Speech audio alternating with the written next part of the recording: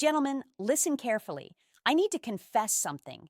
Most men spend their entire lives trying to figure out what makes a woman fall apart. Cry, obsess, chase, and regret. They buy gifts, text paragraphs, bend over backward, months of effort. But here's the truth nobody warned you about. A single sentence from the right man can destroy every defense she has, faster than another man could with months of effort. Women have cheated, obsessed, stalked social media, stared at their phone screens at 2 a.m., and begged just to see a man again. Not because of his looks, not because of his money, but because of the words he spoke.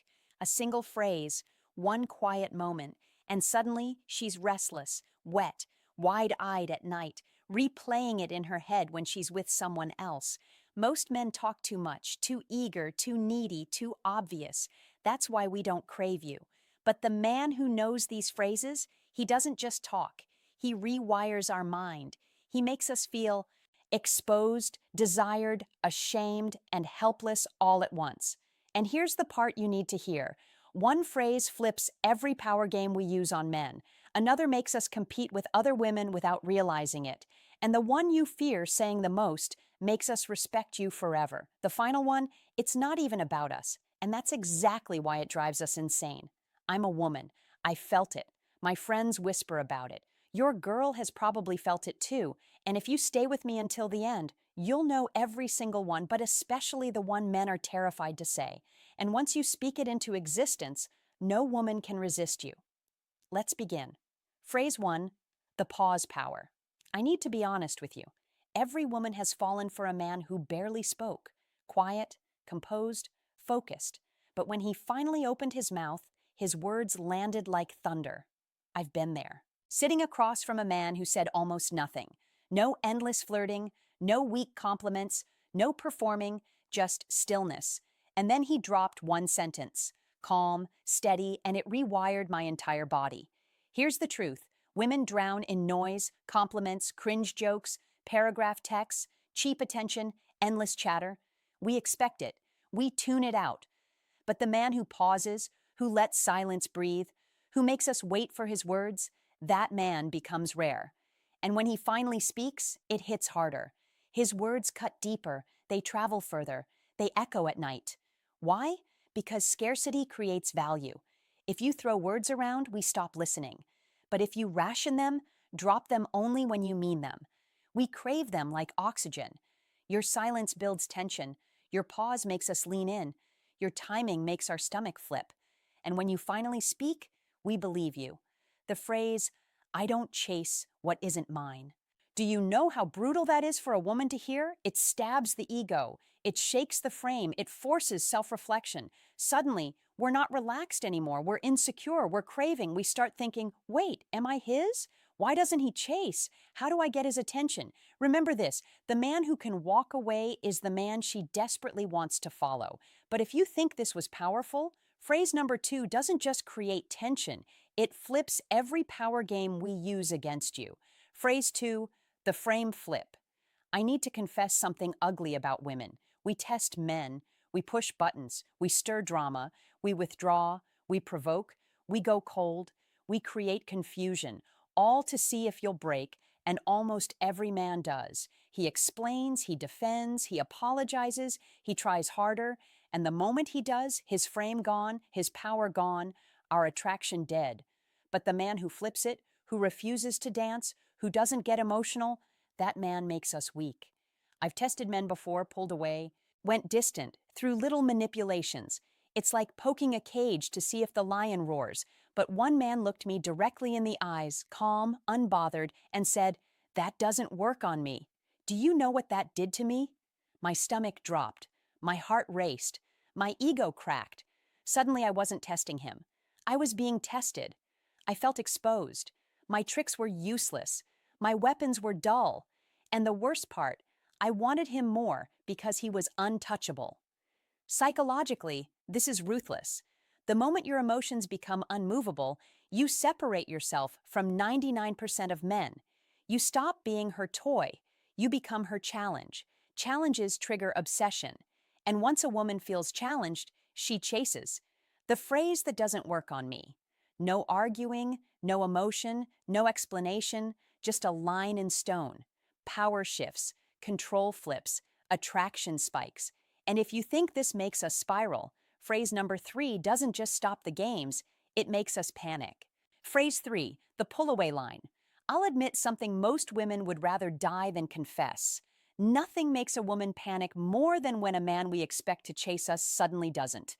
I've done the test before, ignored texts, delayed responses, disappeared for hours, waited for the sweat, expected a double text or a frantic call asking what's wrong.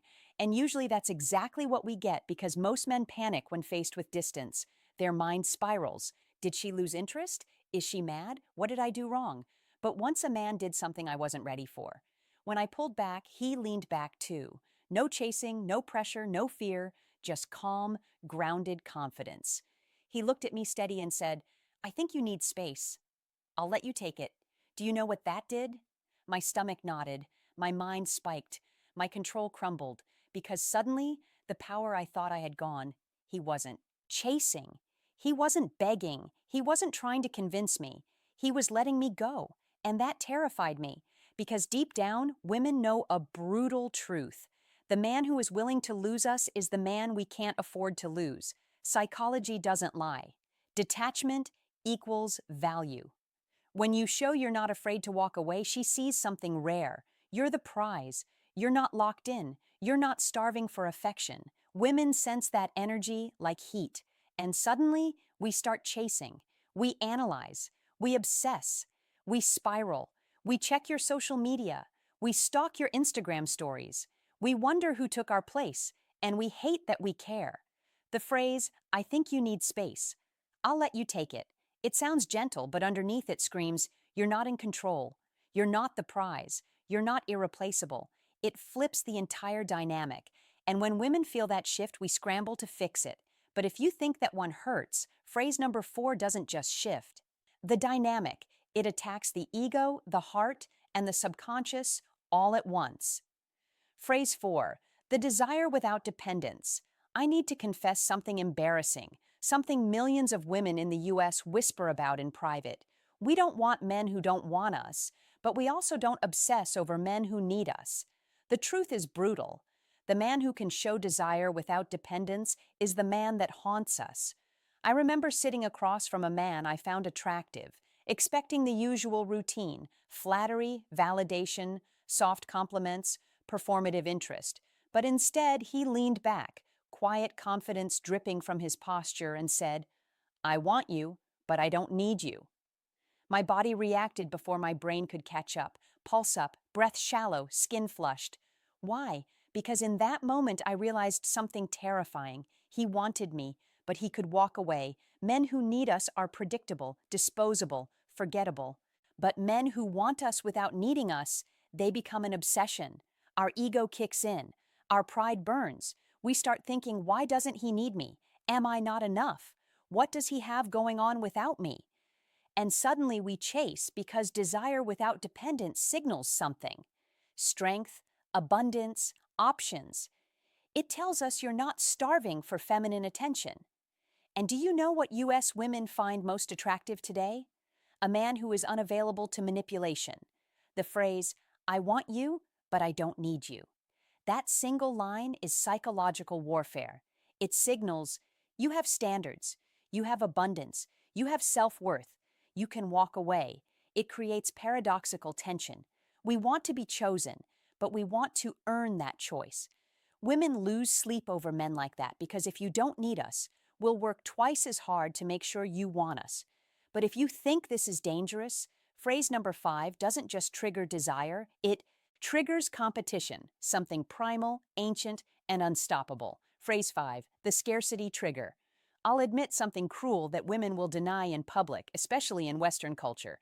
We do not value what comes easy. If you pour attention nonstop, validate constantly, reply instantly, we get bored, we become cold, we start to wander. It's not because women are evil, it's because human psychology rewards scarcity. I remember one man. He was charming, composed, not flashy, but his energy was intoxicating. One night, after teasing him about not texting back, half joking, half testing, He just smirked and said, "My attention isn't free. You have to earn it." Do you know what that did? My pride exploded. My ego burned. But my desire, it skyrocketed. Suddenly, I wanted to win, to earn, to compete even against other women. Women hate competition publicly, but we live for it psychologically. Scarcity is primal. Limited supply creates obsession. Men who flood attention lose value. Men who ration attention, they become priceless. Your attention becomes a trophy, and we will do anything to claim it. The phrase, "my attention isn't free." You have to earn it. It's sharp, it's unfair, and it works because it shifts the dynamic entirely. You are not trying to win her. She must win you. And once a woman feels she might lose, she invests more. She tries harder. She chases. But if you think that makes us crazy, phrase number 6 doesn't just make us compete, it makes us submit. Phrase 6, the throne line. I need to admit something that makes women furious but addicted.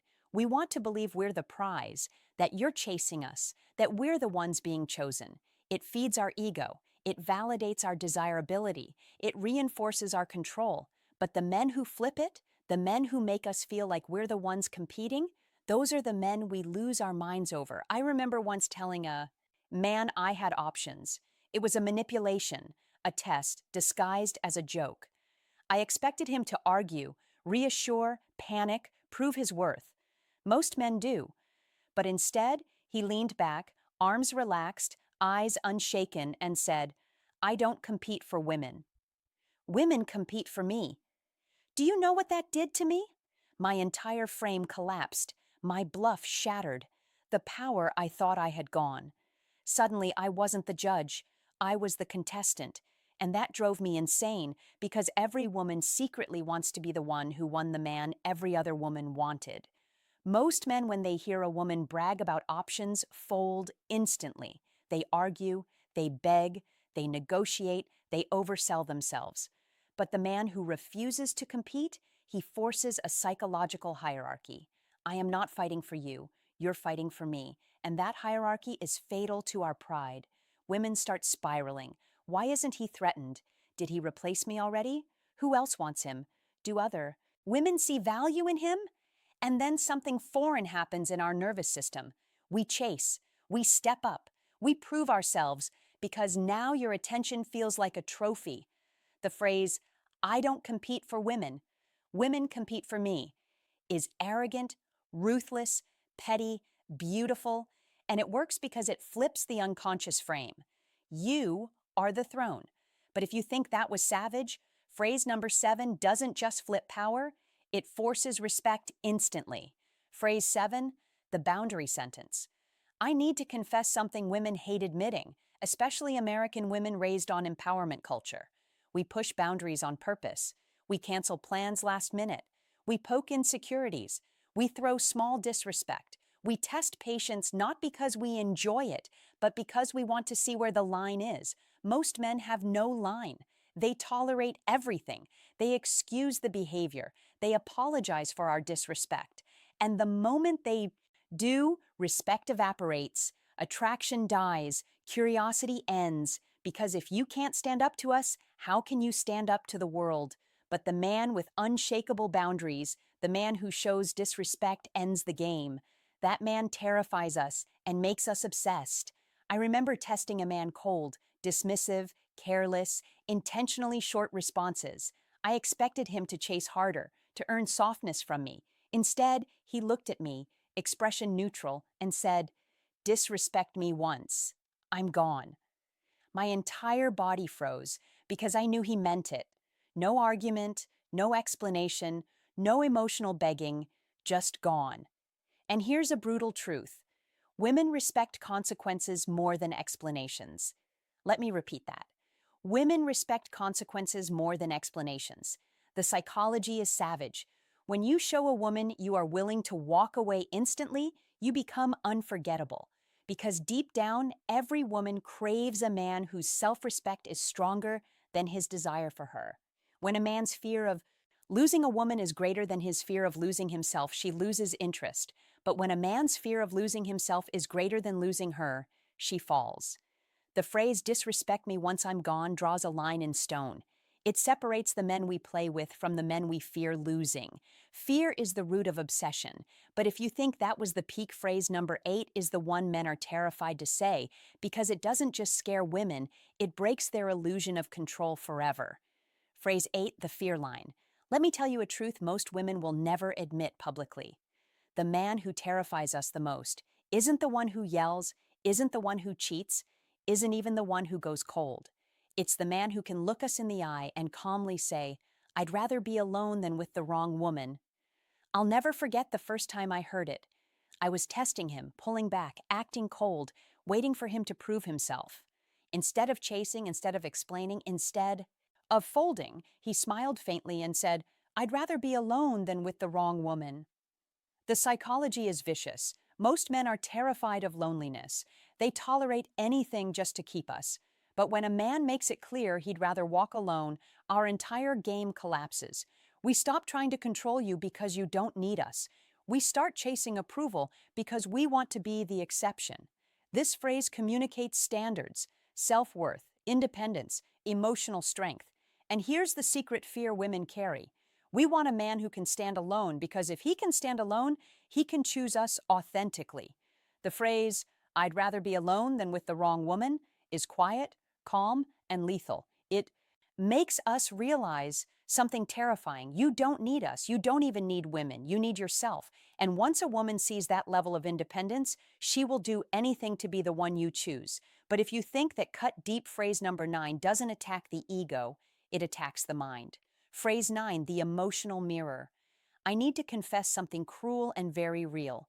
Women love to twist emotions. We cry when it's convenient. We sulk when it gives us leverage. We go quiet when we want power. We play cold when we want to punish. You feel cornered right now, don't you? Do you know what that did? My act collapsed because he wasn't fighting my emotion. He was exposing it. He showed me something terrifying. He saw through the mask, straight into the fear underneath. I suddenly felt naked, vulnerable, powerless. The psychology is ruthless. When you mirror a woman's emotions instead of absorbing them, you rob her of her weapon.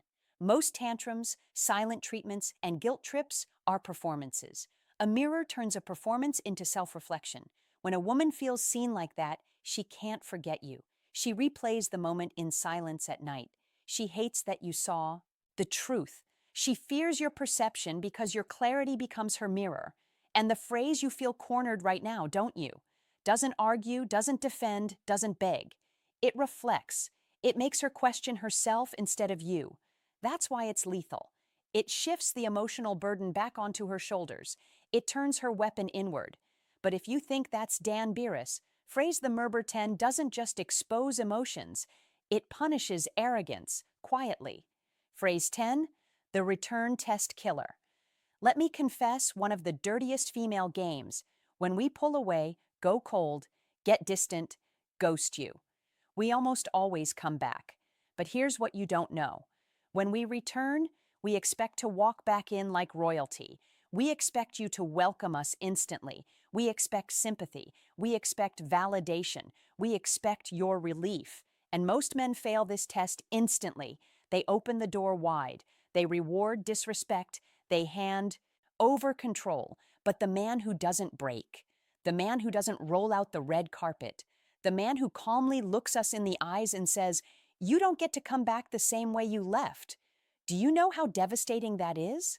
My stomach dropped the first time I heard it because suddenly my return wasn't a victory. It was a trial. Instead of being rewarded for leaving, I had to earn my place again. The psychology is brutal. Women crave consistency, but we crave hierarchy more. We want to know whether we're moving up or falling down the ladder. If you let us leave and return freely, we assume we've risen above you. But when you make it clear that every exit has consequences, the dynamic flips. We chase harder. We fear losing rank. We prove loyalty. That phrase tells us respect is not free. Attention is not guaranteed. Your presence is not permanent. The line, you don't get to come back the same way you left, destroys our illusion of control. It creates accountability. And accountability creates respect. But if you think that crushes pride, phrase number 11 doesn't crush ego, it crushes silence. Phrase 11, the silence anchor. I need to confess something that makes women lose their minds. We rely on explanations. We bait you into arguments. We guilt trip. We demand closure. We fish for insecurity. Not because we want answers, but because every sentence you explain feeds our control. The more you explain, the more invested you are, the more emotional you become, the more we know we own you. But the man who refuses to explain, the man whose words are final, the man who sets his reality and walks away. That man terrifies us. I'll never forget the time I pushed a man for answers over and over, expecting just one more explanation. Instead, he stared at me calmly and said, "I don't explain myself twice." My chest tightened because I realized something terrifying. If I missed it the first time, that was on me. He wasn't going to chase my understanding. He wasn't going to fight for my interpretation. He wasn't going to repeat himself. He was moving forward with or without me. The psychology is vicious. Women demand explanations not to understand, but to dominate, to keep you spinning, to keep you emotional, to keep you reacting. But when you refuse to repeat yourself, our entire strategy collapses. We go silent. We overthink. We obsess. We replay your words at night over and over. Why did he say it like that? What did he mean? Is he leaving? Is he done with me? The less you explain, the more she chases clarity. The phrase, "I don't explain myself twice," is dismissive, infuriating, and unforgettable because it proves something primal. Your frame is unshakable, and we're the ones scrambling for answers. But if you think that makes us spiral, phrase the Maker 12 isn't about emotions, it's about legacy, and that's why it's lethal. Phrase 12. The legacy line. I need to tell you something women secretly hate admitting. The men we can't stop thinking about are never the ones who orbit around us. They are the ones who orbit around themselves. The men who speak about their mission, their vision, their discipline, their future, their kingdom. Those are the men who haunt us longest. Why? Because women crave meaning. And the man rooted in purpose, not people, is impossible to manipulate. I'll never forget the man who shattered me with one line. We were arguing. I was pushing, blaming, demanding emotional reassurance. I wanted to know how much I mattered. I wanted him to prove it. He leaned back, eyes tired, voice calm, and said, "With or without you, I win." Do you know how destructive that was to my ego? My chest went hollow. My pride evaporated.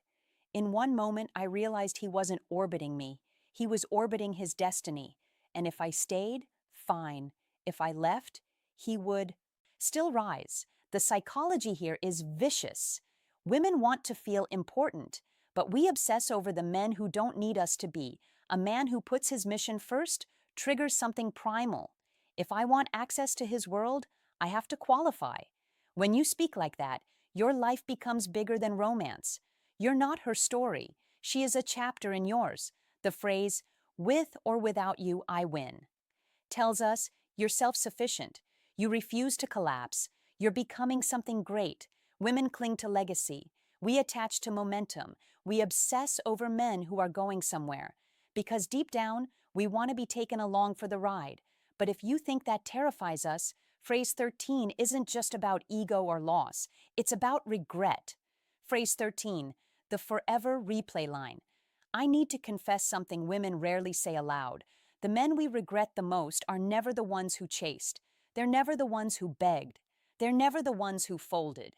The men we regret forever are the ones who warned us what would happen and then proved it. I'll never forget the line. We were arguing, tension high. I thought I had him emotionally trapped. I pulled back, played cold, acted like I wouldn't care if he left. Instead of chasing, he delivered a sentence like a knife. "You'll miss me before I miss you." It hit like a punch because I knew deep in the stomach it was true. And once he said it, I couldn't unhear it. Days passed, weeks passed, and slowly the realization creeped in. I did miss him. He didn't miss me. He never came back. He never folded. He never texted. And that's the wound that never healed. Psychology is savage. Women can walk away from men who collapse without us, but we can never forget the man who thrives without us. that man becomes a shadow, a ghost memory, a late night thought, a silent comparison, a permanent regret. Even when she chooses wrong, even when she pretends she's happy, you remain the quiet voice in the back of her mind. He was the last real one. The phrase, "you'll miss me before I miss you," is final, cold, unforgettable, because it forces her to imagine a world without you. And that fear becomes permanent. And that's why no woman can resist the man who speaks like this. Your words don't just hurt in the moment, they leave scars we trace in silence. You become the lesson, the ghost, the standard. And now we close this chapter. I need to tell you the truth. These 13 phrases aren't magic tricks. They're reflections of something deeper, your frame. Because here's what women never admit. We don't surrender to men because of looks, money charm, compliments. We surrender because of authority, boundaries, scarcity, legacy, self-respect. Every phrase you heard has the same root. You don't beg, you don't fold, you don't explain twice, you don't chase, you are the prize. And when a man speaks from that place, he becomes unforgettable. I've seen women cheat on men who gave them everything only to cry. Years later, over the one man who walked away without looking back. I've seen women ignore the men who blow up their phones while obsessing over the man who stayed silent. I've seen women lose sleep over a man who spoke 5 perfect sentences because those words were carved in stone. The psychology is simple but brutal. Masculine men don't speak for approval. They speak to set reality. And when your words set the frame, women follow. Even when we fight it, even when we deny it, even when we pretend we're in control, we're not. Masculine energy doesn't chase, it attracts. And once a woman feels that, she can't forget it. She can try to replace you. She can lie to herself. She can move on in public. But at night, when it's just her and her thoughts, your words echo like scars she can't erase. If she leaves, she regrets it forever, because she eventually realizes the truth. Men like you don't come back, and no weaker man will ever make her feel the same.